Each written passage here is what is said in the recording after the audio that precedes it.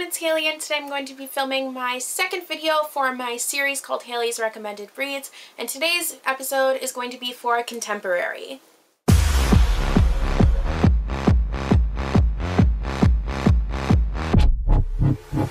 So if you guys didn't know what Hailey's Recommended Reads is, it's where I take a genre and I tell you guys what I recommend from it. So the first one I did was for historical fiction, so I'll link that down below if you want to watch it. And for those of you who are wondering what I'm currently reading, I am reading Legend by Marie Lu. I'm only about 50 pages in, so I don't really have any coherent thoughts on it, but I do really like it so far. So contemporary fiction is also known as realistic fiction, and it surrounds real life events. So yeah, it's really relatable. A lot of it is boy meets girl.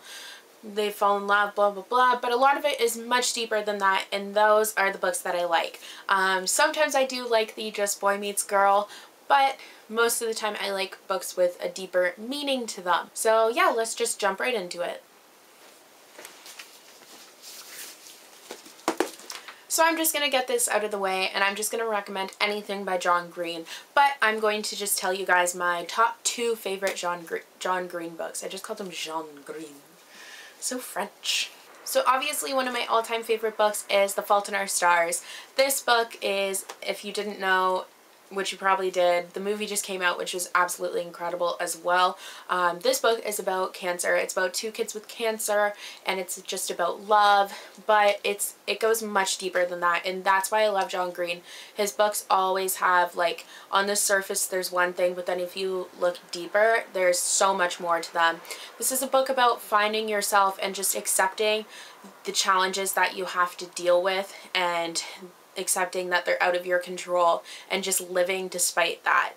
It's such a good book. I can't describe it. You just need to read it. I have read it 15 times now. You can pick it up at least once, and I've also listened to the audiobook like a bunch of times. I just love this book. You really just need to give it a chance, even if it doesn't seem like your thing and you think it's going to be too sad. Just pick it up. That's so loud. Stop.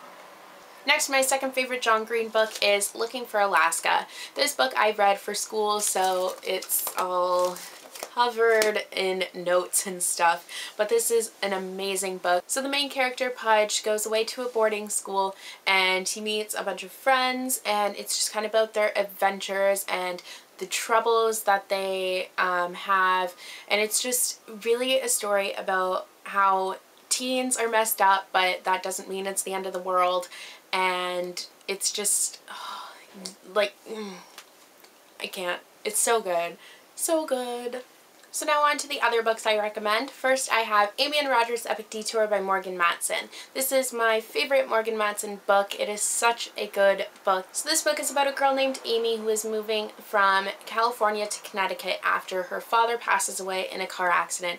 But her job is to move the car from California to Connecticut, and she doesn't feel comfortable driving after the accident. So her mother calls in a family friend's son named Roger, and Roger is there to help Amy, and he is the one who's going to actually be doing the driving from California to Connecticut. So it's just a story about their adventures along the way, and it's such a beautiful story. What really makes this book though is it has like little things, like it has little drawings and little pictures and stuff, and the ending of this book is just incredible. I loved it because it doesn't blatantly tell you what happened, it just leaves it to your interpretation, which is just really, really awesome. Next I have Anna and the French Kiss by Stephanie Perkins. I finished this book a couple of days ago and I absolutely loved it. I couldn't put it down. I was up until 4 in the morning reading this book. It was so good. I'm actually reading Lola and the Boy Next Door right now, because this book is the first in a series of companion novels. There's Lola and the Boy Next Door, and then there's Isla and the Happily Ever After, which is somewhere over here. You probably can't see it. But yeah, these books are just cutesy romances, but they are just so quirky and fun, and the characters are just awesome. I am so glad I finally read this book. It's one of my new all-time favorites. So this book is about a girl named Anna whose father moves her from her home in New York to a boarding school in France, or not New York, her home in Atlanta to a boarding school in France, and she's not too happy about this move because it's her senior year and she wants to spend it with her friends. But she goes to France and she meets a bunch of friends and she meets Etienne St. Clair, and it goes from there, and it's just magic. It's just magical. That's it. Just read it. Next I have We Were Liars by E. Lockhart. This book has been getting a lot of love on BookTube, but also a lot of hate. A lot of people they either love it or they hate it. There's no really in between, but I loved it. I was spoiled for the ending, which was really annoying. I'm not going to give you guys a synopsis because, as I'm sure you've heard, it's best to go into it blind, but you should read it. It's an incredible story. It's just so mind-blowing and just beautiful, and I will admit the middle is a little bit boring, but it's all worth it in the end. It really, really is. Next I have Winger by Andrew Smith. This is an amazing, amazing book. I was really skeptical on it because it looks from the cover like a really boy book, and it is a boy book, but it is also just universal. It talks about, it has to do with a topic that is really taboo, and it's just kind of underlying the rest of the story. The story is really fun, but then you have this kind of deeper, like, topic that needs to be discussed more that is brought into this book, which I think is just so great. I think it does really need to be talked about, and I think it's awesome to put it into a book like this that just seems so fun, and then you just have that there and it's just there. So yeah, I'm not going to tell you what the topic is because that kind of gives away things, but it's really an awesome book. You just really, really, really need to read it. It's so good. It's amazing. Just, I loved it. I absolutely loved it. It was like life-changing. So the final book I wanted to talk to you guys about is Extremely Loud and Incredibly Close by Jonathan Safran Foer. This is actually an adult book, but it is such a good book. It's also a movie. I saw the movie first and then I picked up the book, but I still did love the book. It's one of my favorites. This is a story about a boy who is 9 years old. His name is Oscar, and his father was killed in the 9/11 attacks on the World Trade Center.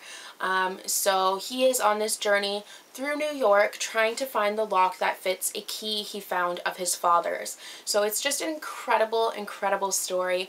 There's also in this book like little pictures of things. Like, it's just so good, and the pictures just add to it. I mean, you're just brought into, like, look at that. You're just brought into this 9-year-old's mind, and you just forget about everything else. And I found myself talking like him while I was reading this book because I was so immersed in the story. It's just such a great book. I really, really recommend it. Even if you're not used to adult fiction, this is a really easy one to read, so I would just read it. So these are all of my recommendations for contemporary so far. I'll probably be doing an update of this video either in a year or 6 months.